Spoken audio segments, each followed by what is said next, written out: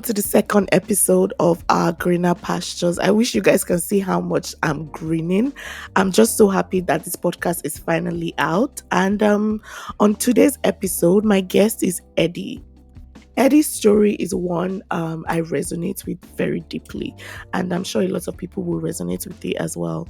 On the podcast, Eddy and I talk about struggles he faced finding a proper job when he moved, and how he had to work in a warehouse for some time before he was able to land his dream job. We also speak about loneliness, which is something everybody that has relocated has gone through in one way or the other, and what he learned in the period of loneliness and also in the period of waiting to land the job of his dreams. As usual, grab a snack, grab a drink, and enjoy the episode. Thank you. As you know, we're going to be talking about your journey from leaving Nigeria, coming to Canada, and everything that's happened in between since 2019 when you got here. So, my first question would be, at what point did you decide you were leaving Nigeria? At what point were you fed up? And you're like, I need to go and look for something better for myself. I think I got fed up in 2017. Okay. I got fed up in like 2017, to be fair.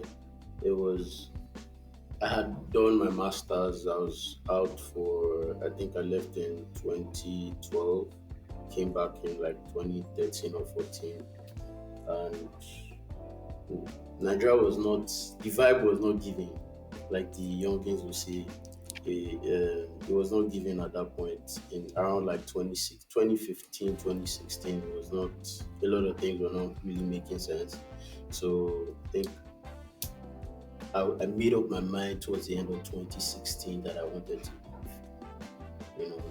So around 2017 was when I started the whole process to leave. I had done some research on Canada.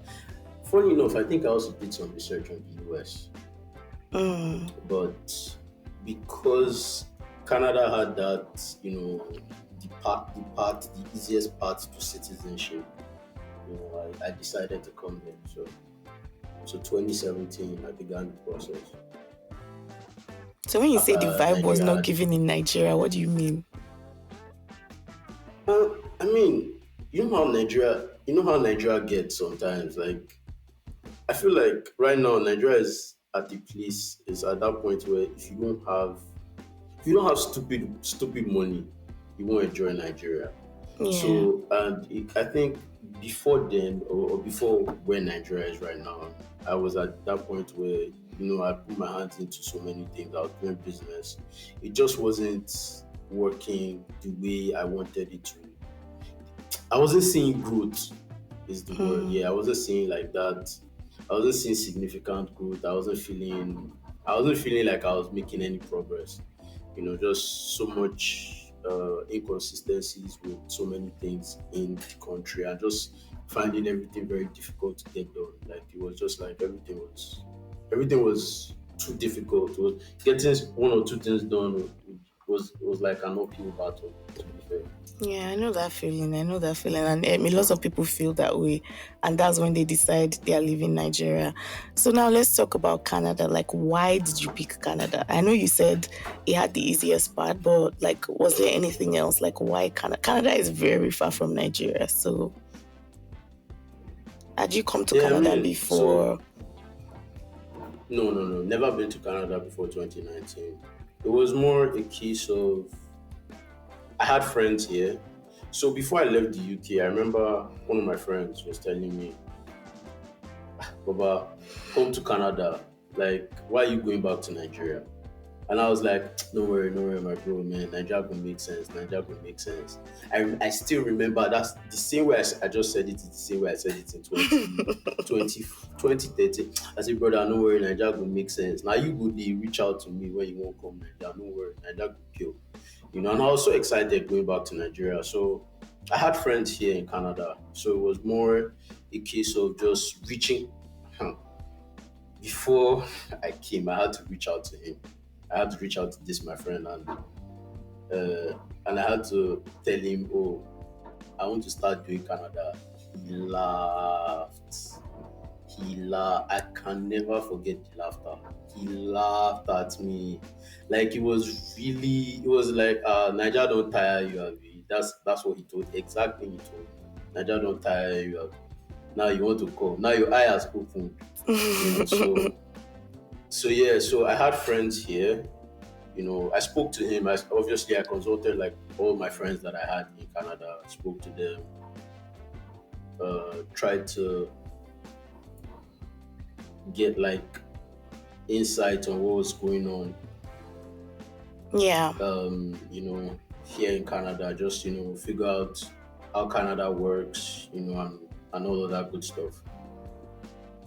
Yeah. So I think after speaking to a few of them, after consulting them and just, picking their brain on Canada, how Canada is, that's when I decided to make the move. So what was your path? Did you go to school first or did you do PR? What was your path to Canada? Oh no, I came as a PR. PR.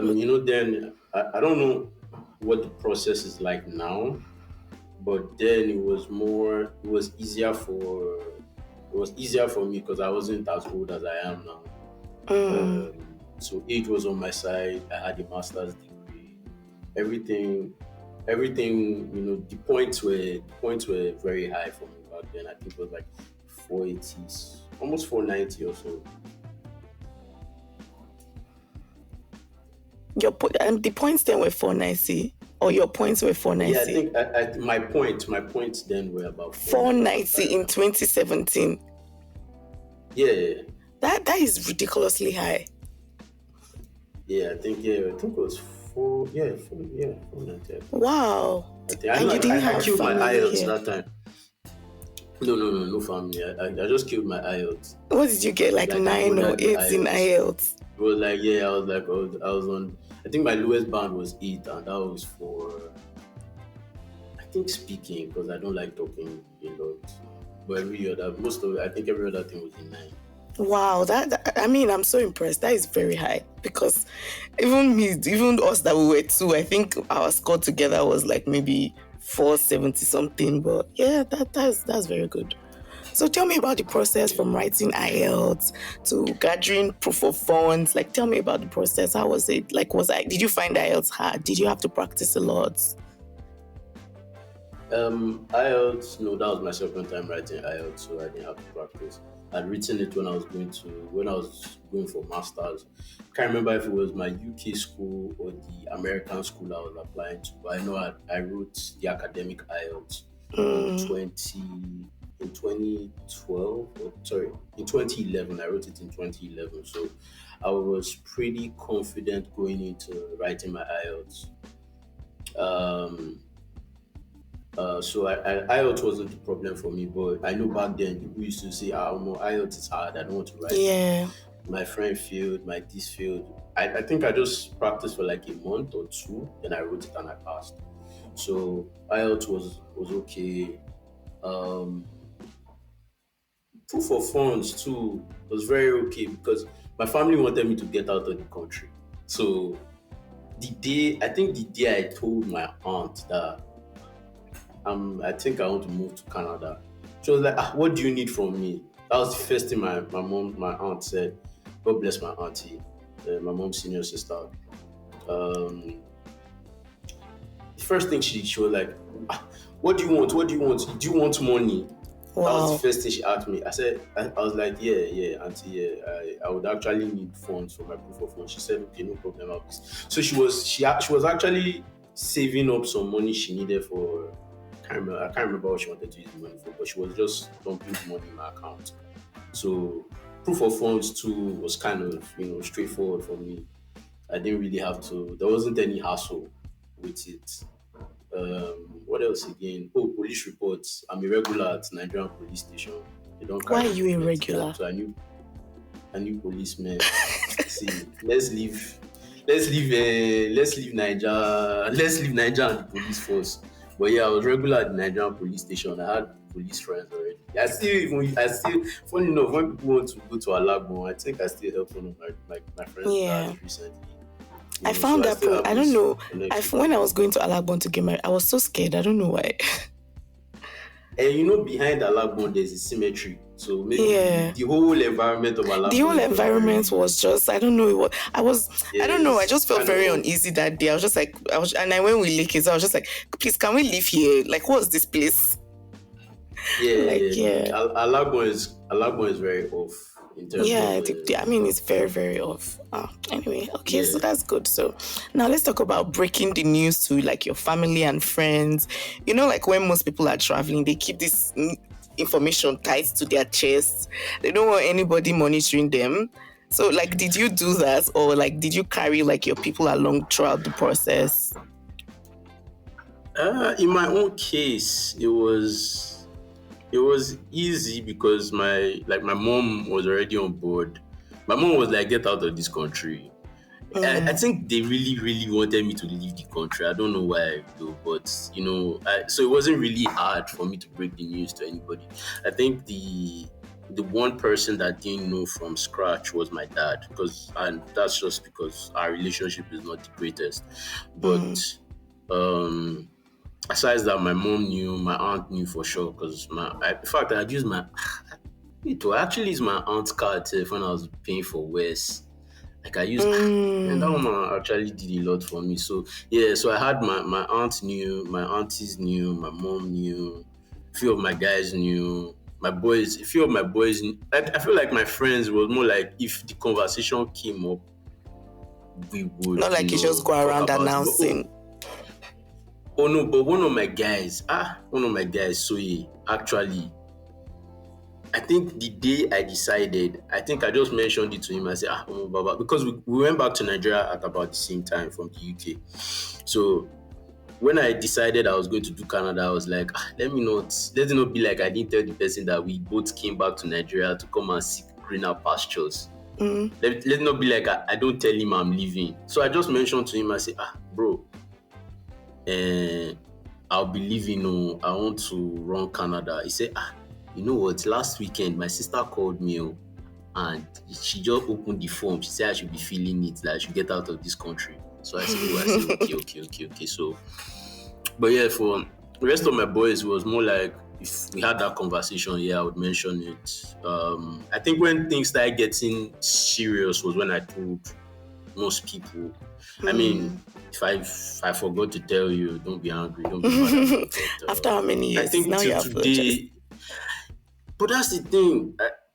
I think even till now, truth is, some people still. I mean, it's still like I live in Nigeria. Some people still think I live in Nigeria. I mean, it's just if the conversation comes up, it comes up. Because I'm an introvert. I don't really talk much. So it's more a case of if we have that conversation, yeah, I'll tell you. You get Yeah. what I mean? Yeah, I feel like in my own case, I don't even think I was going around telling people because, first of all, I was not really a party to move in. Like, it was like it, I was like, let's move. For me, I was just like, whatever, man. Like, me, I'm okay in Nigeria, but yeah, I get it. All right, so now let's talk about, like, so how long did it take you to finish the process from when you started applying to when you got your invitation to submit your passport? Like, how long did the process take you? Mm, I made up my mind late 2016, so I started the process in 2017. Um, I began the process in 2017. I think around was it mid 2017 or towards the end of 2017. Maybe towards the end of 2017. Started, wrote IELTS. I submitted everything. I know I did my submission in around I did my submission around what's it called, June or July of 2018. Eventually, after just getting everything together, financial statements, everything. I need because Mm, I know I did my medical. My medical expired in July. Was to expire in July of 2019. And I know it's like a year, so it's 1 year from the time you do it. So yeah, I submitted it in July. Before I July of think by September, 2018 or yeah, yeah. 2017. Okay. No, July of 2018. Okay. So I think September or October, I I think I had my pass.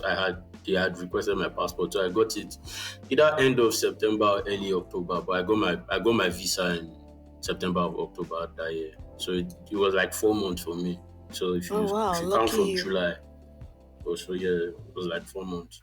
And did you like So after you yeah, got it? Okay.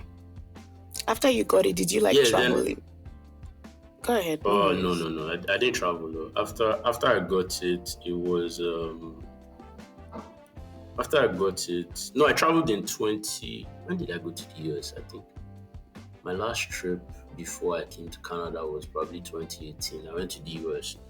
Um, no, 2017 actually. I didn't go anywhere in 2018. We're looking for money to go to Canada that Mm, time, so I didn't go on any vacation. So after I got it, I pretty much was just trying to get everything sorted out so that I could come to Canada. Oh yeah, I was also meant to get married too at some point. So I think we're trying to get all that shenanigans going as well.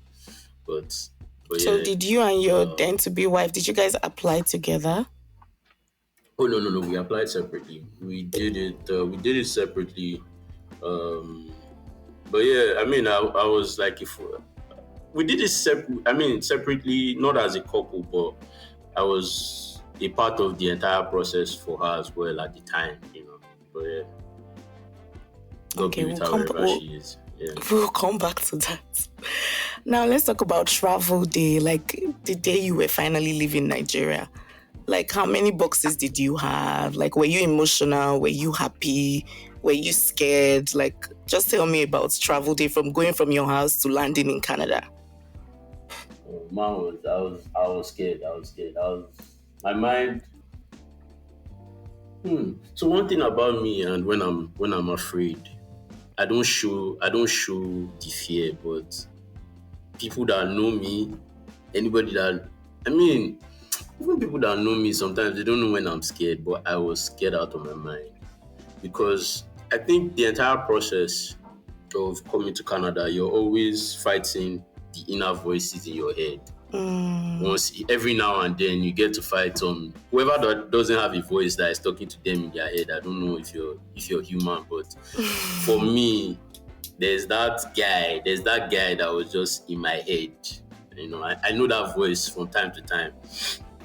It's just messing with my mental throughout the process, down to the day of going down to the airport.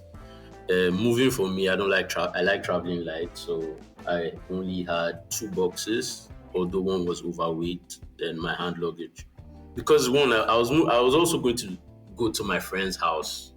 You know, my Canadian daddy, like I like to call him. I was coming to his house, so I didn't want it to look like, man, they are giving me one room to just manage my life. And but it's like I'm coming in too heavy, too hot.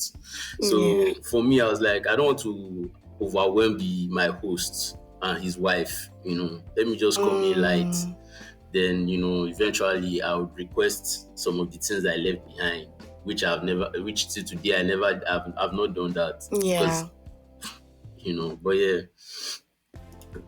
But yeah, I was my mind was messing with me. My mind messed with me a lot at the airport. I think it was a little bit easy when my mom was with me and just saying the goodbyes. Immediately I passed customs and I was sitting in front of the gate, the boarding gate. I was like, sure you will not just go back. Where are you going? It's Canada that you're going. You don't know anybody. You don't have family member in Canada. What are you going to do there? Then there was also that, what if it doesn't work out? What if this Yeah. entire journey does what if this entire sojourn doesn't pay off?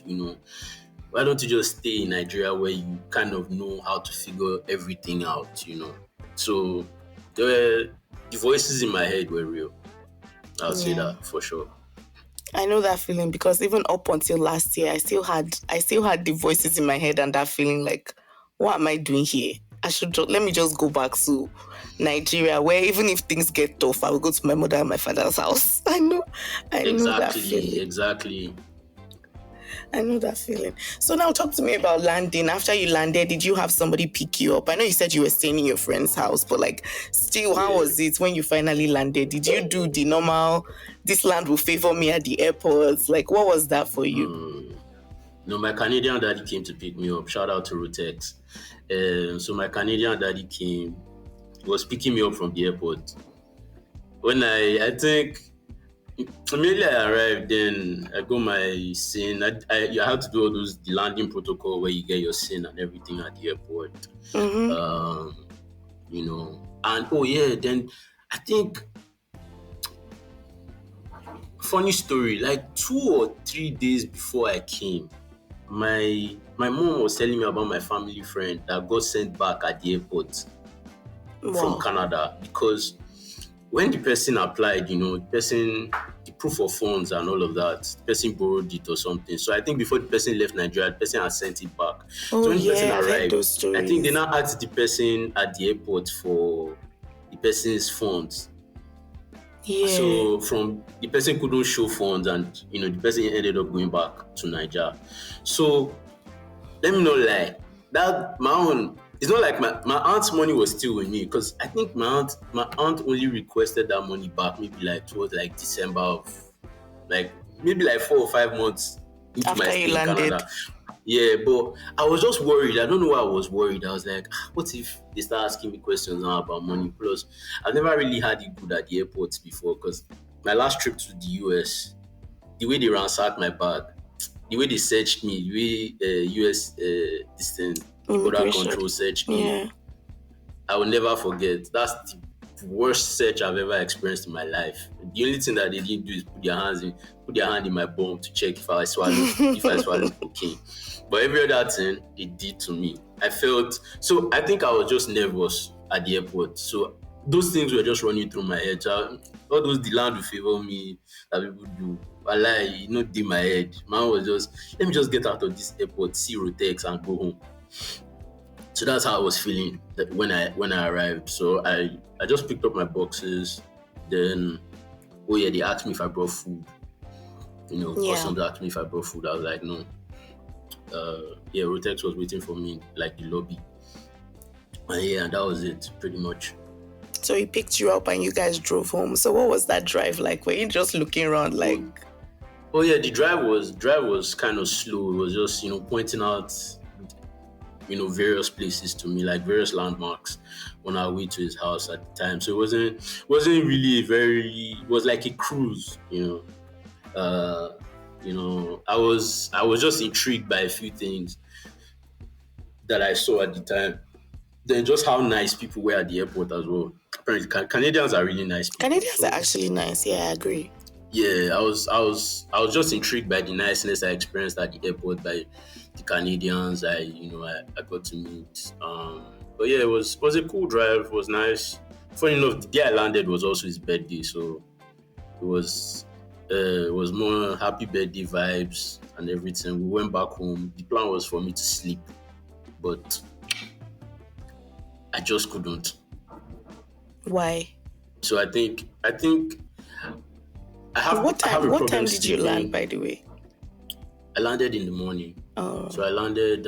I used Egypt Air, so I landed in the morning. Egypt always lands in the morning. very early. So I Yeah. landed, yeah, very early. So I landed maybe like 8 or so, something. Can't remember, but I know it was early in the morning. So just when people were going to work and all of that. But thank God, Rotex works from home, so it was easy for us. So yeah, so when I got in was probably like afternoon, evening in Nigeria. So I should have been tired, but whenever I get to new places, I always feel very, very uncomfortable, just very uneasy. So I couldn't sleep. So I was literally awake. I just had my bath. Then we started playing game. We're playing some PS4. Um, it was his birthday as well, so I think I think he took like during like lunch time or something. It was like, oh, let's. I was like, it took me out to go and get a SIM. Actually, I got my SIM that day Hmm. because there was just so much time. Because I think it was also a Friday, if I remember well. I think it was a Friday, so Yeah, so I picked up I got my sim. We went back home. We had the drinks and food because it was his birthday. So his wife came back from work with a lot of food. So yeah, Yeah. I still remember the chicken that was good, was good. Your first Canadian chicken. It was good. Yeah, everything was feeling different. Yeah. Normal chicken, I was feeling different about it. Chicken or chicken. Oh. So after all of this, like at what point did you now start to feel? Because I know there's this pressure you start to feel after a while, like you're first Oh yeah, comfortable. so yeah, And at what yeah, point did you now yeah. start to feel it? Maybe you started looking for jobs. And even before we even talk about the jobs, at the time you were leaving Nigeria, did you already know what kind of job you were going to be looking for here? Yeah, so before I left, because I had spoken to my friend here, it was Right. more obviously my friends here told me that you need to start thinking tech, especially if you're going to stay in Ontario, Yeah. because Ontario is big on tech. But when in tech was I going to actually get into? I didn't know, like but everybody have talked about different aspects of tech, business analysis, project management, IT support, just different aspects of tech, or like using tools like SAP, being an SAP administrator, so Yeah. different stuff. So I actually learned how to use I actually learned SAP um, before I came. But then also just I done my other research on like other aspects of tech. But to be honest, when I got into Canada, that first weekend, I didn't think about my life that seriously because it was my friend's birthday. Then I think that was the weekend that also took us into 1st of July, which is Canada Day. Mm. So it was more like there was just an activity after an activity after an activity that whole weekend. So I literally forgot I was in a new country. I was just having fun. So I was going from let's go here, let's go there. Eddie just came. Let's go, um, my daddy actually took care of me. I can't even lie. It was like, let's go here, let's go there, and let's. Who am I? We are going. So we went, we touched a few places, did a few things. I think it was after Canada Day when everybody, back to the office, back to work, back to reality. It was now at that point, it now hits me that come, you're not on vacation. This is real life now. Like, this is your real life. You have to figure out what you're going to do with life. So, obviously, I'd had conversations with him over the phone about, what to do and everything. But we now had that one-on-one in person where he was able to, like, show me different stuff, look at my resume with me, help me develop like multiple resumes. So I had business analysis resume, I had project management resume, I Uh-uh. had I had resume for the normal customer care. I had quite a number of resumes. I had resume for sales as well. Because I think back then, I don't know about now. I haven't really sold anything recently, but I know I have this gift of selling things. Like Yeah. I can sell you if I can market you and make you buy something you really don't need. But yeah, so I looked at sales. Then they were just I had resume tailored for different lines of work. But it wasn't until after the weekend I arrived that the reality now started dawning on me that then you need to start making money. You need to start doing you need to start doing this, you need to start doing that, you need to, So And in Canada, the bills don't stop. They don't care if you just oh came. yeah, So that phone, I don't go collect phone now. I don't go collect SIM now. Already billing has started, so at least if I didn't have anything to pay for, I had phone bill to you pay had your for. phone You bills to know, pay. at least I was not paying rent at the time, so which was good. But at least there was phone bill. Phone bill was already I had already started with that one. Then what else? What else? Yeah, I think those were like the that's like what I can remember about those first few days, first or like the first week in Canada. So what was it like? Let's talk about finding your first job. What was that like? Like, did you get eventually get the BA or the project management job? Like, what was your search? I'm still not a business analyst till today. Oh. With the passion I had for that role, they should have just given me something. At least they should have just dashed me one business analysis or to one role by now. But I applied for business analysis role. Me myself, I had to tell myself that is enough. It have actually do. Just leave this thing alone. Leave this thing. There are some things that are meant for everybody, might not just be meant for you. For Like you? Yeah. I think one of the things that even just got me rolling at some point, because I actually just burst into laughter because I think I know somebody then that also came. Person didn't know anything about business analysis. Was just talking to me. I was like, they told me when I came that it's business analysis. I shared the resume with the person. The person got a job Before you? Oh my God. before me in the same business analysis that I'd been chasing. So I was like, bro, it's actually time for you to leave this thing alone, oh, and just look at another thing. Like that's how I was feeling. Eventually, but the job search for me, I didn't get my first job. And funny, most people don't know this, but my first job was, let me tell you how I used to tell people then. I worked for Amazon, you know.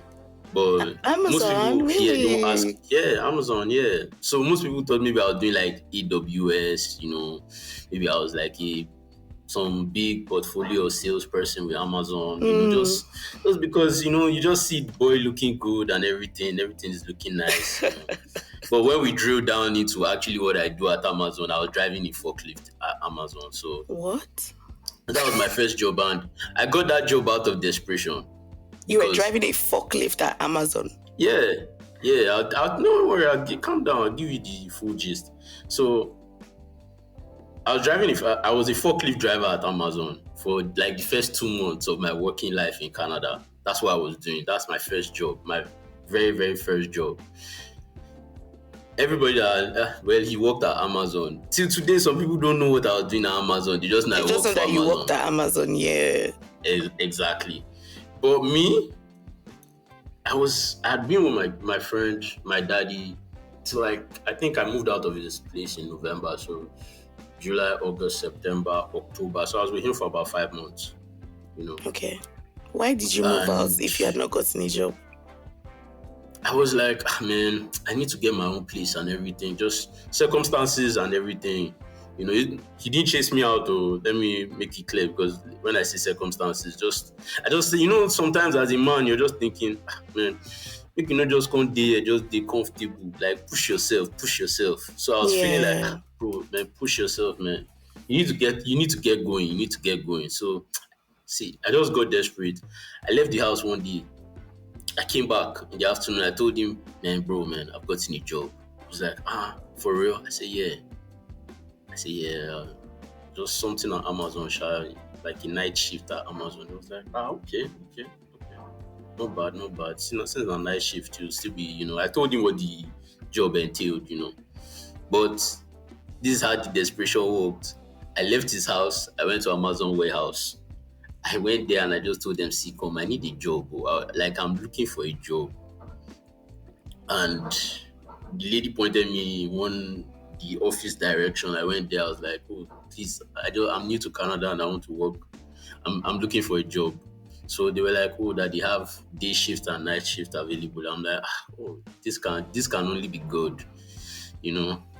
And that particular Amazon warehouse is specialized because they don't have robots there. They only have humans because they handle chemicals and aerosols and like large devices like TVs, things that Mm. are breakable. So they don't use robots to kind of pick out orders. It's human beings through and through. So I went in. They gave me money to go and get safety boots. Yeah, so they gave me safety boots because they would give me like an allowance for safety boots. So I got safety boots. Then I think maybe 2 days later or so, like, when did I go there? I think I went there on like a Wednesday. So I resumed the following week actually. So yeah, I resumed on a Monday. But yeah, I was working nights. So after I did my first night shift, first night shift I was doing in my life outside of going for night vigil. So Mm.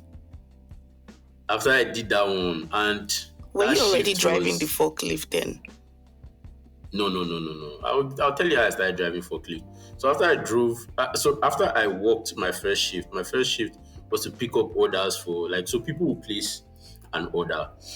They send the orders. We had like this, like order guns. So they would send the orders when you start your shift. You go and you pick up a gun.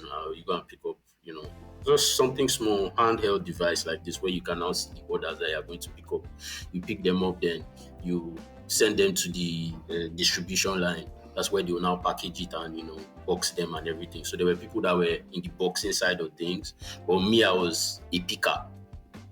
Let's use street slang. I was a picker. So after I had walked that warehouse that first night and I got back home, I think I was still feeling some energy. But when I got back home, it hits me. It How really many hits hours me. did you work for that first night? We work 10-hour shift. So Oh I, my I used to work god. 4 times a week. So work 10-hour shift. And And an mind Amazon you, warehouse, I can imagine how big it is, and you're literally walking on you. ah la la. There's no bicycle like you walk like you walk from here, walk. No, no, no. When I got home, it hits me different. I think adrenaline kept me going through the whole shift. But when I got home, when I was done with everything, ah, that was when I knew. And I had not been to the gym in like 3 years, so it's not like I was fit. My fitness level zero. So Hmm. when it hit me different. I started asking myself, do I really want to do this? But I spoke to a friend of mine too that was also in like a similar boat, and he was now giving me gist about. He was like, just manage where you are. That he's at a Gordon's warehouse. That he's working cold room. I see, cold room. He say, yeah, but I think they were paying him $25 an hour. He say, but my brother, cold won't kill me. He cold pass outside. I say, okay, you know what?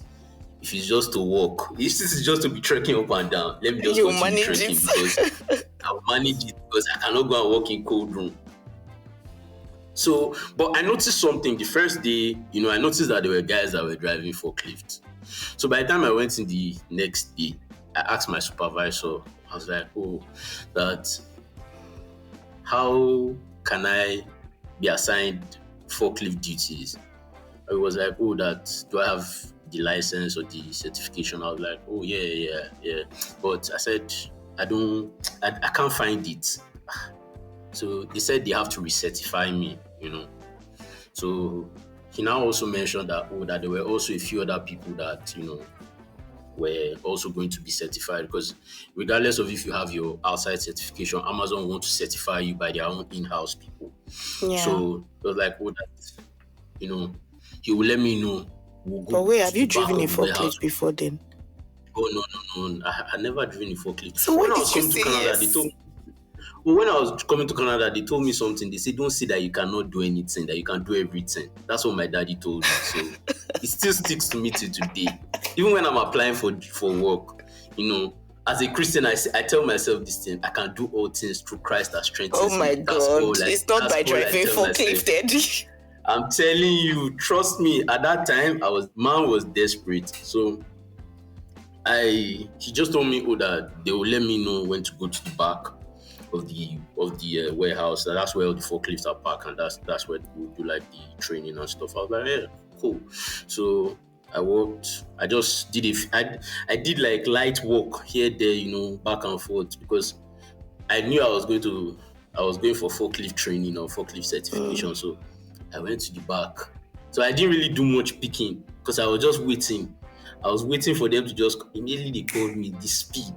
I dropped my basket. I took off to the back. But the boy cannot drive forklift. So on the line, I ensured I was at the back of the line. And people that could drive were ahead of me. So what I was doing was, because for me, I was like, how hard can it be? This thing will be like car. It will be like driving a car. Do you understand? And I can't drive. So I was there in forklift. I was there thinking forklift had tunnel wheels and all of that with gear. I didn't know that the thing is different. Only for me to see the controls for forklift, they were different from a car. I say, ha la la, this is actually going to be a thing this night. So I stood at the back. We were going in turns. So while people were there doing their own training, me, I was there watching them.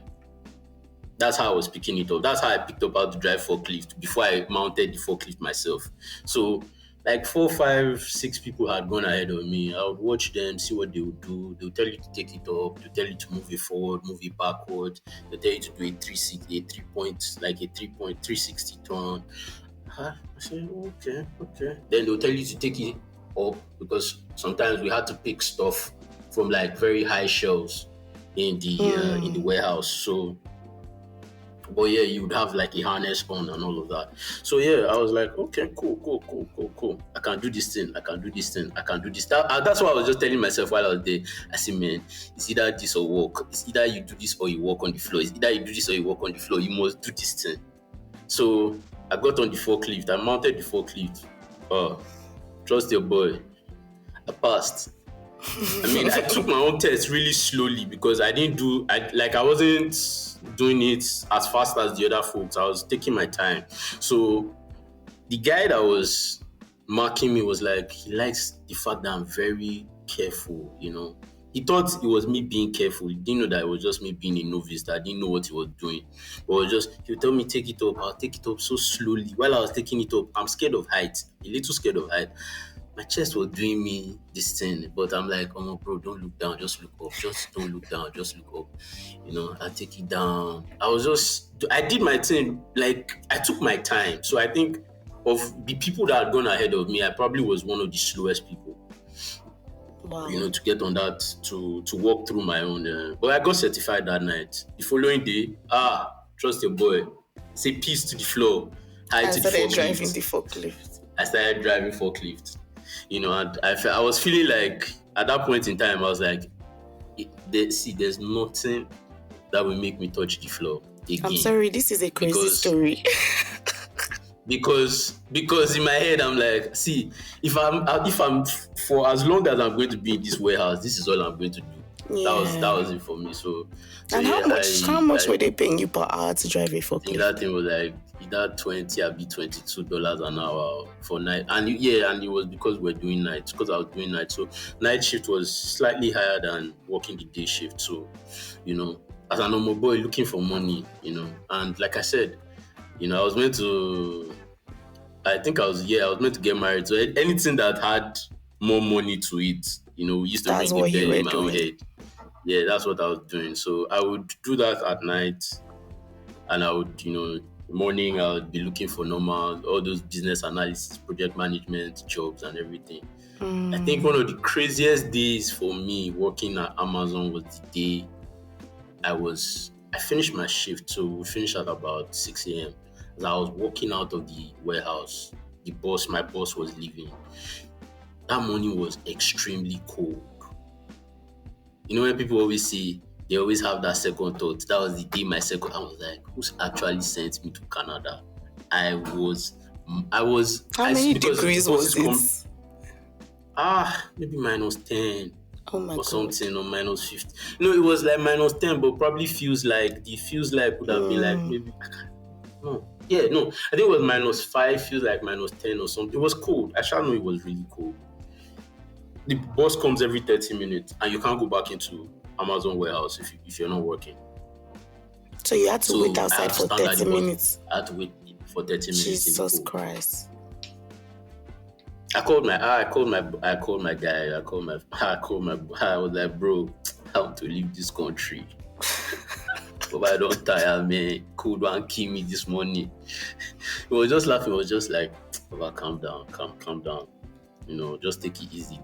Don't worry, everything will be okay. Just take it easy. You be man now. You don't travel before. He was just there telling me different things, and he was trying to make me laugh. I think at some point we started laughing and we turned to banter. But that's one of those memorable days when I was working for Amazon. I think I had there was one of the days I had to run after the bus because that day as I was coming out, I was seeing the tail light of the bus. I ran after the bus. I'm like, no, no, no, man, we are not doing 30 minutes again today.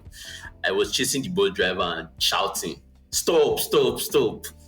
See, I think usually they don't stop, but I don't know. I was lucky.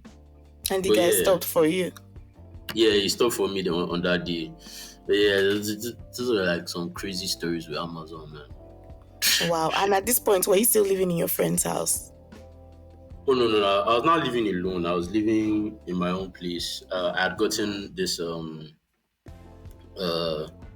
was a 3 bedroom townhouse, but I was just renting the room, so I was renting just the master bedroom. I was So staying you with had two other guys I housemates? didn't know. Yeah, I had Oh, two wow. housemates that I didn't know prior to moving into the house, but the house arrangement made sense because, like I said, I came with 2 boxes and my hand luggage, so all I had to do was roll my 2 boxes because the house was fully furnished. There was a bed in the master bedroom which I was renting. All I just needed to do was buy my bed sheet, put my bed sheet on the bed, and just start living. Okay, yeah, I bought a work table for myself. So the house was a 3 bedroom. I was in the master bedroom. It was en suite. We had a furnished kitchen, furnished living room. We had internet as well. So everything, so it was like at that time for me, it was like, I'm just moving. There's no stress. You don't have to buy this. I didn't have to buy pots. Yeah. I And didn't how have to much did that buy cost you, though? nothing. It was about 900 or 950. Between 900 and it was less than 1,000. It was less than 1,000 for that room. And were the Yeah, other and utilities the room also was, included? yeah, utilities were included in the Oh, that's not bill. bad at all. Heating, cooling, the internet, everything was included in the bill. That's I not mean, bad. back then, I think Canada was fair. Yeah, that's unlike now. Come and try that one. Now let's see how much they will Mm-hmm. charge you. Yeah, that's not bad at all. Wow. All right, now let's talk. How long were you at Amazon before you moved to your next job, and what was the next job? Amazon. I did Amazon for November, December. I left in January. Before my birthday in January, I was out of Amazon. So three I months left in no, no, no, no, no, less than 3 months. Like 2 months. I'll say 2 months and a week. and a week. Okay. First week in January, I was done with Amazon. I moved on to this. I was working for so one of the guys I met at Amazon told me about this company that was handling the US sensors. So they were doing like a test run of the US sensor system, and they needed people that would be on the helplines. They needed people that were going to help, people with providing information. Mm. People that were going to take part in the sensor zone, like just information provision, also gathering of. So it was more like you would help them gather information on how the system works, the challenges that people were experiencing using the sensor system and everything. So he told me about it. He referred me for the job. So I kind of applied like say on a Monday, and by Wednesday I got the job because of that guy's referral. Because he was working there during the day and he used to work Amazon at night. Wow. So yeah, so because of him, I kind of got the job within like 2 days. So that's how I started. That's how I left Amazon because I'm like, man, peace and love, man. You guys were this way. Amazon was a thing.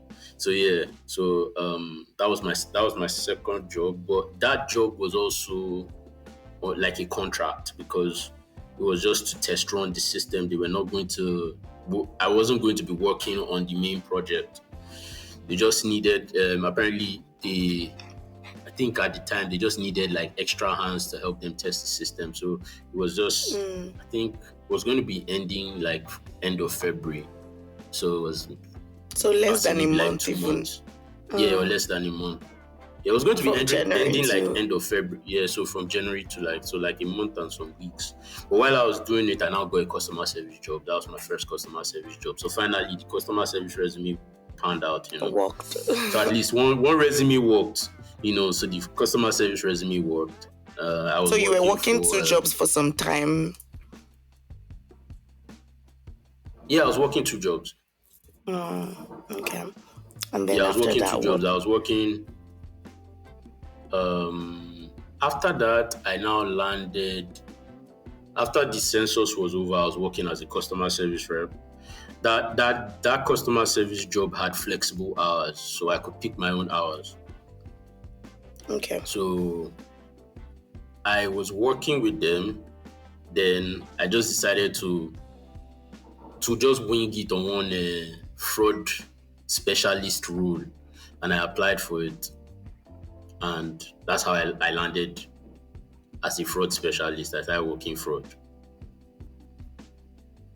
When you say So fraud I specialist, was was this in a working. bank? Oh no! So it was for a financial house, but it wasn't a bank. So basically, I was on when they. I mean, I don't see. I don't. The Nigerian in me wants to call the job this thing helpline for fraud, because really I was more just answering people's calls, taking down fraud, incidents and stuff. I was just pretty much just then helping people with resource, pointing them in the right direction for like resources and stuff that will So help them, basically, you were raising and tickets also for like educating them. fraud. Was it that kind of Yeah, job? yeah. So I would raise tickets. Yeah, then Oh, okay. I'll raise tickets. Well, I mean, I had some. I could do a few things. Like I could block accounts. They gave me I had the ability to block accounts. I had the ability to do certain low level. I'll say like low level stuff, not too high level stuff. But I could go in, block an account, flag an account. For fraudulent activity, stuff like Mm. that. That job was also really really interesting. It was also interesting. It was an interesting time as well. It was also remote, so yeah, it was enjoyable. At this time, we had gotten into COVID because I came in 2019. We're now in Mm. 2020. At this time, COVID had happened, so this was also a very good job to have because it was remote. There was no need to be in And the was the office, pay and I think decent? yeah, it was decent. It was decent pay. I mean, maybe was it $1 or two more than what Amazon was paying me. So Mm. nothing. So I like mean, twenty not three, magical twenty pay, four but dollars an hour. Yeah. yeah, yeah, yeah. I mean, But you it could was pay your good. I bills and mean, things like that. oh yeah. I mean, for my one room, I would pay my one room, and I'll be okay. My one room. I would buy food. I could do a few things. You know, I could do a few things. Yeah, I was able to do a few things. I was okay. I was living decent. I wasn't living extravagant or anything, but yeah, I could afford a decent life. So throughout COVID, you were at this fraud specialist role.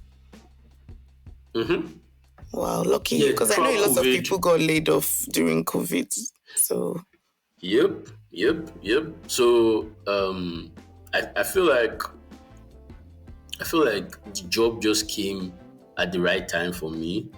And the fact that it was also remote too was great. So um I didn't really have that because I know a few of my friends got laid off, during COVID. So it was also wasn't the best of times. But yeah, it was good. Good times, good times. let's talk I'll say briefly I was about your COVID experience, like experiencing COVID in a new country you just moved to. Because even we that we were back home, I was still in Nigeria during COVID. It was horrible. So I can't imagine being in a in a new country. Like, what was that like for you? hmm, that COVID year was real because Canada was locking down like almost we were on lockdown almost throughout COVID. So Yeah. my daddy, I wasn't living too far from my daddy, my Canadian daddy then, but we didn't even see for like 2 months or 3 months. Probably didn't see ourselves. It was just very crazy times. Obviously we used to talk over the phone, we do a lot of FaceTime. But that COVID time was I'd never experienced loneliness before in my life, but it's actually, loneliness is actually a real thing. Seems like it is not good for man to be alone. Actually, it's very, very real. God knows why I said that thing when he was saying it, but the that thing actually, like, it really really became real to me, because that was like a time in my life where I used to have conversations with myself. Like, I used to have like legit full on 30 minutes, 20 minutes conversations with myself. I used to crack myself up. Like, I used to roast my own self too. Sometimes I'll be standing in front of the mirror and I'll just roast myself, just so that I could laugh. Because it was one of the, like, you are walking on the road, you don't even see anybody doing, like, everybody was just indoors. It was just very sad. I think Mm. then at some point too in Canada, there was this whole thing where if people are gathered together, like, even if your neighbor can report you that, oh, my neighbor is having like a party or something, they'll just come and they'll ticket everybody at that party. So if I would go to Rotex's house now, for instance, I'd have to it was more like I was hiding to go to his house. Like, Yeah. it was just not a normal time to be. Then I think another thing too, I got frustrated by so many things. I was meant to get married. That didn't happen. Um, I was I was also in this new country away from my family, so, and like my loved ones. So everything was just over the phone. Everything was just, thank God for thank God for phones, to be very honest. Thank God for video calls and everything. But loneliness was actually a very real thing during that time, because it was just weird. You couldn't just, even go into the stores. There was this whole social distancing when you are going into the stores. There would be a queue to get into the store. In fact, there was a time they were only allowing like 10 or 20 people into the store at a time. So if you go shopping, you will be outside first for like a few minutes. You will be outside for a couple of minutes before you get Wow. in. You do your shopping. Everything was just that whole distancing of the thing. So there was no human communication. You have to wear your mask and all of that. So Mm. everything was just weird during that time. It was just weird. So it was just work. Oh yeah, I'd also started school. So I started. I then, yeah, working fraud. Finally, a light. There was a light bulb. That light moment in my head where I was like, I can get into tech from this whole thing that I'm doing, because there seems to be That's the like fraud need job you for, were the fraud job that yeah, you were like picking people's calls and yeah, so tell me yeah, about and this light just, moment. Like what moment? What happened? I think it was like I figured out that, oh, I can actually do something that is not business analysis or project management. You know, I was looking at what is deeper than fraud. I started looking at things like cybersecurity. So, like, oh, okay, you can do risk analysis, you can do all those compliance and all those things, because I also used to work closely with those people, on my Mm. job. So there's this aspect of fraud, anti money laundering, that kind of involves the wider security group. So cyber security people, risk, compliance. So I was like, oh, maybe.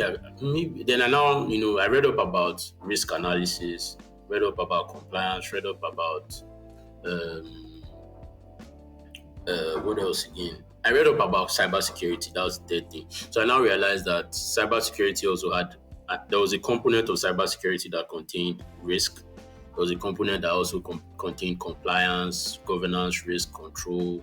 I was like, oh, okay, so maybe I can do this. So that's how I decided to, instead of doing business analysis, doing PMP, which I had tried and tried and tried, and that that whole getting a job in business had frustrated my destiny, you know.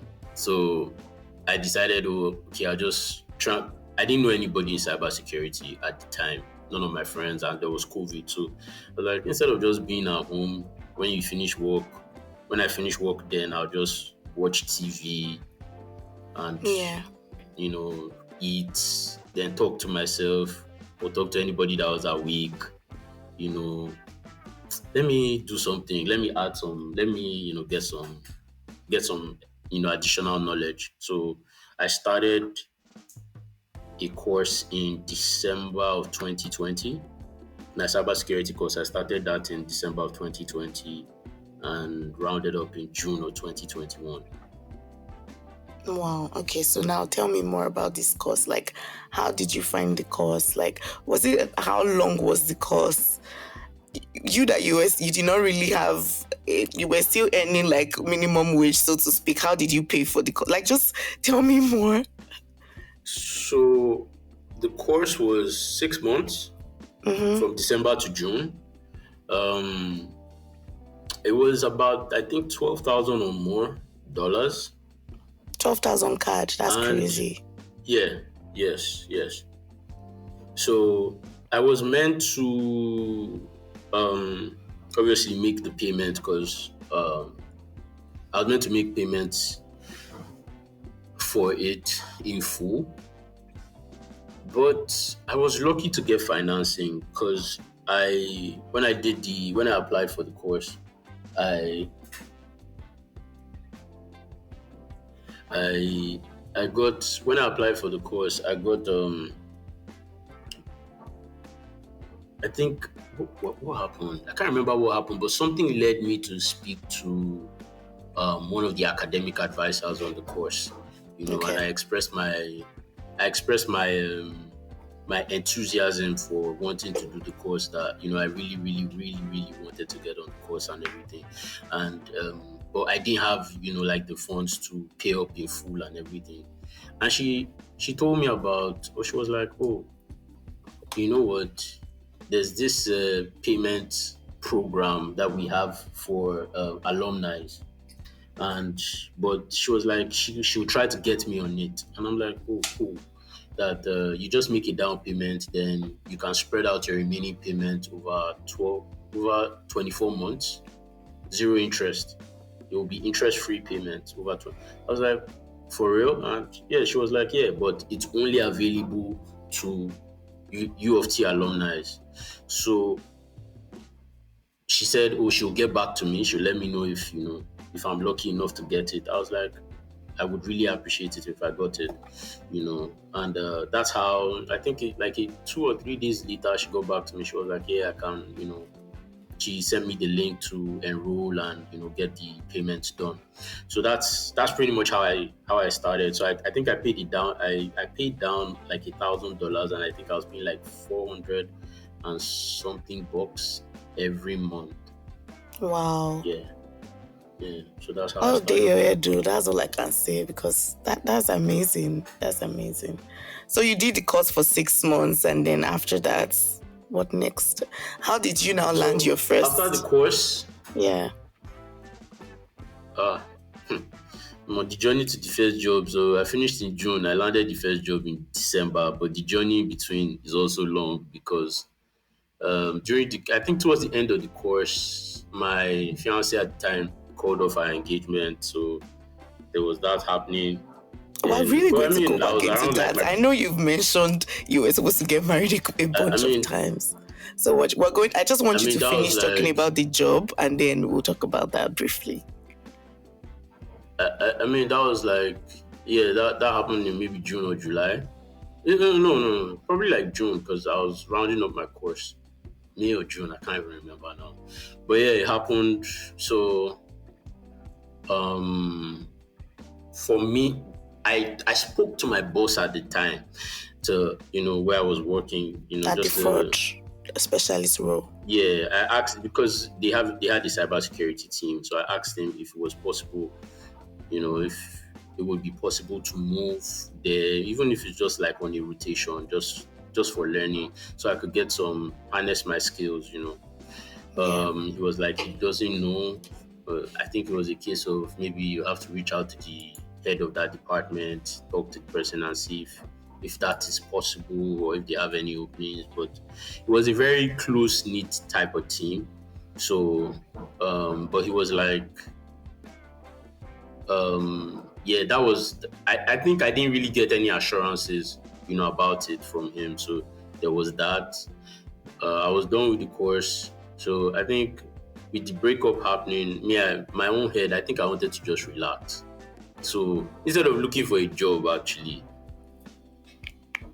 my own plan was I just want to relax, man. I need to take some time off life. I wanted to take time off life, just because Canada is too serious because you are paying bills, first of the month you pay rent, you pay your phone bill, you pay everything. See, I was at that point I'm like, see this life is too everything is too fast paced. Let's slow things down. Let me go back to Nigeria. COVID too was easing off, so they were opening up, the countries were beginning to open up. Canada was one of the last to open up, but Canada was opening up. So I think Yeah. I got vaccinated in August and I was out of Canada end of August. So I got vaccinated July, August. So like towards the end of July, early August, I got vaccinated. I spoke to my landlord because you have to pay your first and last rent here. So I spoke to my landlord. I told him that that would be my last month. You Okay. know, I told him that that was going to be my last month because we had a very good relationship. I had, hinted to him like earlier that, I might be traveling home and I don't know when I'll be back. So I told him, but I would confirm to him. So I confirmed to him, I think in July or June, that August would be my last month in the place. So I just moved my stuff. I moved my stuff to my Canadian daddy's house, whatever. And mind you, throughout this, I was like, yeah, I moved my stuff to his place. I moved my stuff to his place. I went to Nigeria end of August, so I was in Nigeria from like I think 1st of September to, and I was back in Canada in November. So I spent 2 months in Nigeria. And upon coming back to Canada, I took my certification exam, which I had goofed on initially when I took it. I goofed on it big time. And I this is took a it again. I passed cybersecurity it. certification, right? Yeah, yeah, Okay. yeah. I passed it. I passed it in like a week. I just came back red. I passed it. After I passed it in November, I landed my first job in December. So I landed my job in I applied. While I was in Nigeria, I was also applying for work. So I was getting interviews. So even upon coming back to Canada, I think I was like last stages of certain interviews. I was already at like the last stages. Some fell through the cracks. Some didn't. I didn't land those jobs, but eventually I did land my first job in December of 2021, and that now began the whole cybersecurity journey for me. That is so interesting. And this thing you're saying is funny to me because I know when I came to Canada as well, everybody was telling me business analyst, business analyst. So sometimes you need to just go and find your own journey, not necessarily doing what everybody is doing. Because Yeah, cybersecurity seemed like it worked easier for you than hustling the business analyst or project management route. actually, actually, it did work for me. It wasn't as stressful because I mean, if I want to look at it, I came in 2019. From 2019 till 2020 till even 2021. I think sometimes in 2021, just to test fit, I would just still say apply for business analysis role.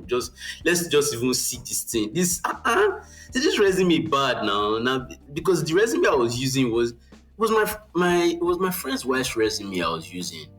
And she's a seasoned BA. She's the one that cooked that resume for me. So I still used to submit the resume and just be like, let me just test it. Let me just, make I see if it go jig. Yeah. But it didn't jig. Oh, it didn't jig. It didn't jig. So let's quickly talk about like you and cybersecurity now. So now you're a big boy, right? I don't think I'm Now a you big boy. No, finally I'm still feel growing. like you're in Canada, like you're working well. Like let's just talk about Oh some yeah, quick yeah. milestones. Like at what point did you finally feel comfortable in Canada? Like yes, Canada is home. Funny enough, I think I felt like home when I came back from Nigeria. When I came back in 2021. So from 2019 to to up until December of 2021, I had not actually unpacked my box in Canada. So You know, when I mean, if you're moving to a new place, you should unpack your boxes and go and dump them somewhere, and Mm, just be like, I'm home finally. I didn't really feel like home until I came back again. why? So coming back again, I don't know. To be honest, I don't know. I was living out of my box for the first 2 years in Canada. If we want to look at it like that, I was practically living out of my box because I would have a few clothes hanging, but sometimes I'm like, this shirt, I want to wear this shirt. I'll now open my box. I'll bring out my box from the wardrobe, open the box up, pull the shirt out, and sometimes I like so. I don't know if it was just an unconscious thing, but I never really just felt like it was my home until I came back. When I came back, I was like, no, this is my home. This is my place. This is where I belong. So I unpacked my box. I don't know where my boxes are now. If you ask me now, I don't, because I don't bring anything out of the box. So there was that. I had a decent job. Then When you say decent job, like I actually wanted to ask your first cybersecurity job, like compared to all the other jobs you've been doing, like how great was the salary? salary was, I don't know, salary was okay. Omo.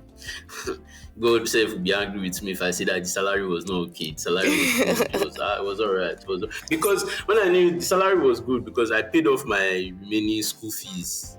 I paid it off. When I was doing things were actually rapid. Yeah, Things were rapid. Things started moving really fast. Things yeah. were rapid. I think early when we got into 2022, yeah, because I was meant to finish paying up my fees by the end of December 2022. But like March, I don't clear everything. The remaining 9 months, I'm like, man, I don't need all this monthly debits to be coming out again. Let Yeah. everything go. I think then there was now this whole car saga. I think like March or April or so, or even that same March, I went to go and place order for my car. I was like, man, Uh-uh. see, I was feeling everything was just doing me. I was feeling really, really good. I can't even lie. I can't lie. I can't lie. And I I know can't about lie. that car. I'm not Yeah. even going to say the name, but was it 2023 or 2024 car? It So was you guys, so that you 2023. just have an idea of how comfortable Twen- Eddie was. it was 2023 and 2022. Yeah, I remember it was But yeah, 2023 and 2022. Yeah, yeah. yeah, yeah, And then you moved to a bigger house as well. yeah. Things were just pam pam pam pam pam. When the job, it was just everything started to jig. Everything was making Yeah. sense. I can't even lie. I don't know if it was unpacking the box or just feeling at home that the everything just fell in place. But yeah, it was good. It was I mean, cybersecurity has been a journey as well because I still did an exam even last month. Sorry, no, December of 2023. I got another certification. I'm working towards another one. So it's a Yeah. it's a very broad field. So you kind of have to keep getting Developing yourself. acquiring more, yeah, developing yourself, getting more knowledge. So it's we're still a work in progress. But yeah, I love that for you. I love that definitely, for you. business analysis and PNP did not work for me. So, but shout out to everybody that is working That for. you worked out for. It's just Yes. yeah, but my own head just did not carry it. I don't know why. Okay.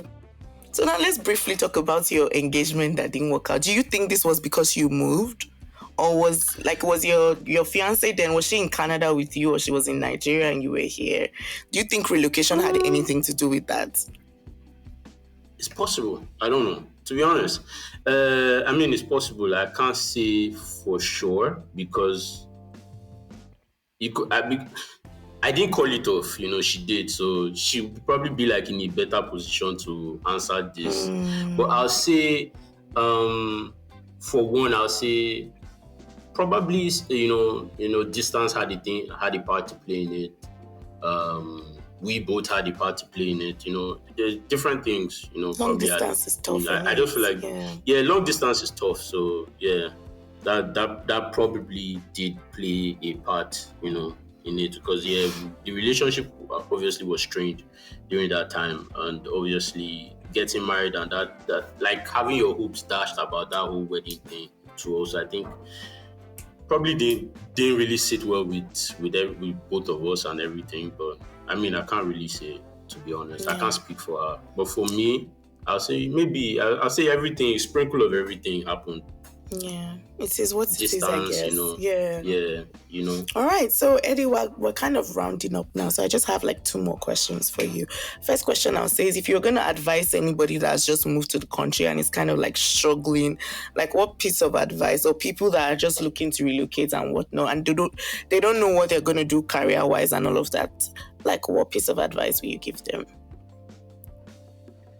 I'll say one word, just flexibility. Um, Being flexible is everything in Canada.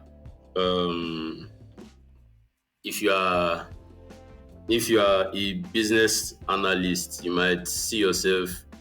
Canada. Some people say this thing. Canada will humble you. You Canada will know, humble you for but real. yeah. So there's that saying that Canada will humble you. So I feel like be flexible. Whatever you find to do when you get in, do it. Do it well. Do it with your heart, but don't settle. Right. Yeah.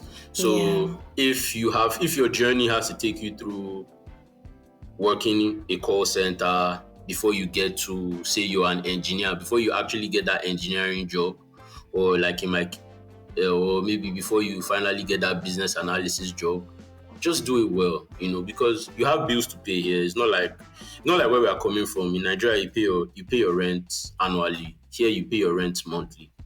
you know you pay bills like first of every month. It's very rapid. It's Your just, debits are coming in. Yeah.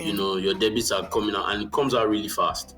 So whatever your hands really find to do, just do it well and just be flexible. Don't be stuck up in, like, because sometimes I've spoken to people that are stuck up in their ways, like they want to, this is what I want to do and this is how I want to do it. Yeah. Sometimes it doesn't always work that way. For some people, yes, it works for them very easily. Some people it works out totally fine for them, but for some, you have to go through the journey. So I say just be flexible. Yeah, yeah, I love that. Flexibility is always a thing. Like, look at you. You went from working Amazon, let's not say forklift driver, working from Amazon to call center, and now you're a cybersecurity big boy. I love it. All right, so I just like to ask. I like to ask this final fun question to end the episode. It's like, looking forward, what are some aspirations you have for yourself now? Like, just looking forward now that you've experienced Canada for like the past, what should we say, 5 years? Yeah, so it's 5 years in June.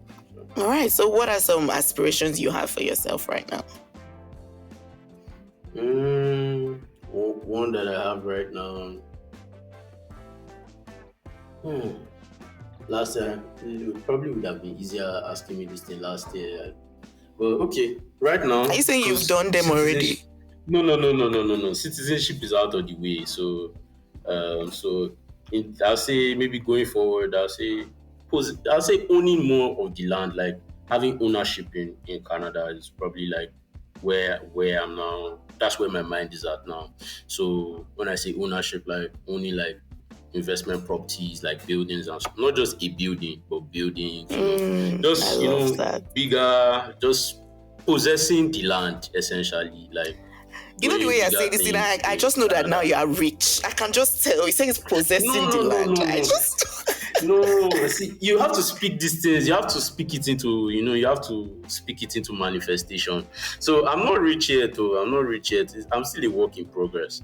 But yeah, I'll say, yeah, possessing the land is definitely like that. It's up there for me. Like just ownership, good ownership here. Not just, you buy a car, you buy one house, you're good. Like when they mention Eddie Bongo in certain places, say, I know that guy. Like they are mentioning you and somebody standing beside the building and they say, that's him, Abi. Type thing. Yeah, that's I that's love really that. where I love that. that's where I'm. Yeah. I love that. I love that. That is very aspirational and I love that. Like, I mean, thank you for doing this. Thank you for sharing your story with me. I really love it. And I mean, I hope some people can pick one or two things like from the power of you just being consistent, believing in yourself, being flexible, even though there were the voices in your head, you didn't allow them bring you down. I really, really love The that. voices I in your really head are love that, really Eddie. low. The Yeah, voices, thank you they're even so still much. there till today. We still talk to them from time to time. We're Obviously, we all winning. have the voices in our head, but you cannot just let them take over. Yeah, yeah, yeah. Very true. Yeah. I mean, All right, this is Eddie, my thank you first so much. podcast. So, yeah, thank you. Yeah, from here, this one that you want to be a landlord and possess the land. So many people will soon start calling you. You never know. Yeah, yeah. Thank you again. I mean, this is very, even for me, I'm so motivated and so inspired by this. Thank you so much. All right, guys. So thank you for listening to this episode. I mean, this episode really, really motivated me. It's like relocation is, I actually think it's crazy, for lack of a better word. It's actually crazy to live a life you're used to and, move over and start over. I mean, Eddie is also a very strong man, from working in the warehouse to being hell bent on getting a business analyst job to finally figuring out that, oh, cybersecurity might be the way for him. And, I just really love his story. It just shows like, you just need to keep showing up for yourself. Like, what's the point of living life if you cannot show up for yourself?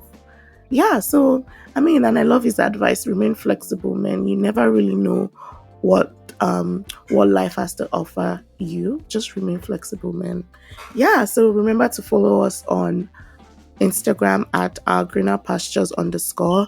Please share this episode with your friends. So anybody that you think would love to listen to the podcast, please share. And thank you very much. Bye.